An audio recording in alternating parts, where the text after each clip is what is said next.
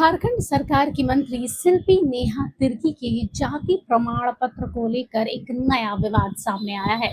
इस मामले में झारखंड हाई कोर्ट में एक जनहित याचिका दाखिल की गई है, जिसमें उनके कास्ट सर्टिफिकेट की वैधता पर सवाल उठाए गए हैं। यह याचिका सामाजिक कार्यकर्ता मेघा उरांव की ओर से दाखिल की गई है और साथ ही दावा किया गया है कि शिल्पी नेहा तिर्की ने जाति प्रमाण पत्र बनवाने के दौरान दिए गए एफिडेविट में अपना धर्म क्रिश्चियन और जाति उरांव बताई है। याचिकाकर्ता का तर्क है कि ईसाई धर्म में जाति व्यवस्था मान्यता नहीं होती है, इसलिए आदिवासी श्रेणी का लाभ लेना संविधान और कानून की भावनाओं के खिलाफ है। याचिका में सुप्रीम कोर्ट के विभिन्न फैसलों का हवाला भी दिया गया है। जो भी व्यक्ति अपना मूल धर्म, परंपरा और रीति रिवाज छोड़कर किसी अन्य धर्म को अपनाता है, वह पूर्व धर्म के सामाजिक अधिकारों का दावा नहीं कर सकता। जनहित याचिका में ये भी आरोप लगाया गया है कि यदि कोई व्यक्ति धर्म परिवर्तन के बाद भी अनुसूचित जनजाति यानी एसटी के लाभ को उठाता है, तो इससे मूल आदिवासी समुदाय के अधिकारों को प्रभावित किया माना जाता है। याचिकाकर्ता ने अदालत से मामले की विस्तृत जांच कराने और जाति प्रमाण पत्र को निरस्त करने की मांग भी की है। वहीं बता दें कि इस पूरे मुद्दे पर झारखंड के पूर्व मुख्यमंत्री और भाजपा नेता चंपई सोरेन ने सोशल मीडिया पर एक पोस्ट डाला है। चंपई सोरेन ने अपने पोस्ट में लिखा है, झारखंड हाई कोर्ट में एक समाज सेवी ने जनहित याचिका दायर कर एक मंत्री के जाति प्रमाण पत्र पर गंभीर सवाल उठाया है। उक्त याचिका में कहा गया है कि उक्त जाति प्रमाण पत्र के एफिडेविट में धर्म के स्थान पर ईसाई लिखा गया है। जब ईसाई धर्म में कोई जाति व्यवस्था नहीं होती, तो फिर उन्हें अनुसूचित जनजाति का प्रमाण पत्र कैसे मिला।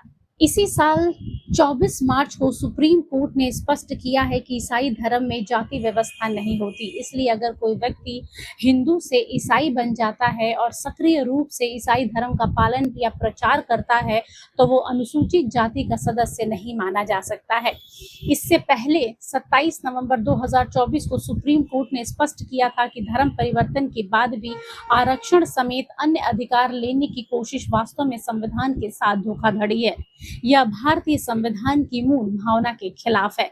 लेकिन फिर भी यहाँ धर्मांतरित लोग आदिवासियों के लिए आरक्षित विधानसभा, लोकसभा सीटों पर न सिर्फ चुने जा रहे हैं, बल्कि नौकरियों में अनुसूचित जनजाति के लिए आरक्षित अधिकतर सीटों पर कब्जा भी जमा रहे हैं।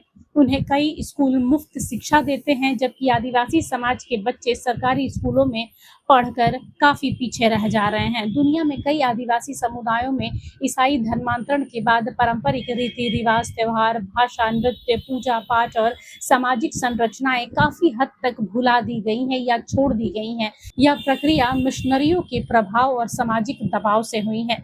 लैटिन अमेरिका की आयोरेओ जनजाति, केन्या की संबुरू जनजाति, ब्राजील की वाई जनजाति, फिजी और पैसिफिक आइलैंड्स की जनजातियां धर्मांतरण के बाद अपनी मूल संस्कृति को लगभग भूल चुकी हैं, लेकिन हमारे यहाँ धर्मांतरण करने वाले लोग स्वयं को श्रेष्ठ मानते हैं। हम पेड़ के नीचे बैठकर पूजा करने वाले लोग हैं। बच्चे के जन्म से लेकर शादी, विवाह एवं मृत्यु तक आदिवासी समाज की अपनी स्पष्ट जीवन शैली है। हमारी अपनी पूजा पद्धति है और इसे छोड़ने वाले कुछ भी बने, लेकिन आदिवासी नहीं हो सकते। जब आप अपनी रूढ़िजन्य परंपराओं, प्रथाओं, कला, संस्कृति एवं पहचान को छोड़कर धर्म परिवर्तन करते हैं, तो फिर आपको हमारे समाज को मिले अधिकारों में अतिक्रमण का भी कोई अधिकार नहीं है।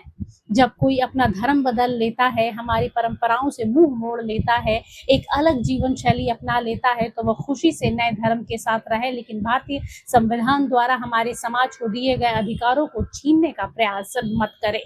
भारत में कुछ लोग भोले भाले आदिवासियों को गुमराह कर, लालच देकर, डरा कर, तो कभी मजबूरी का फायदा उठाकर उनका धर्मांतरण कर रहे हैं। इन्हें रोकना जरूरी है डिलिस्टिंग की प्रक्रिया द्वारा, अन्यथा अनुच्छेद 342 में जरूरी बदलाव के केंद्र सरकार को आदिवासियों के अस्तित्व पर आए इस संकट का समाधान करना चाहिए। अगर इस धर्मांतरण को नहीं रोका गया, तो भविष्य में हमारे सरना स्थलों, जाहिर स्थानों और देशावली को कौन पूजा करेगा, फिर हमारा अस्तित्व कैसे बचेगा।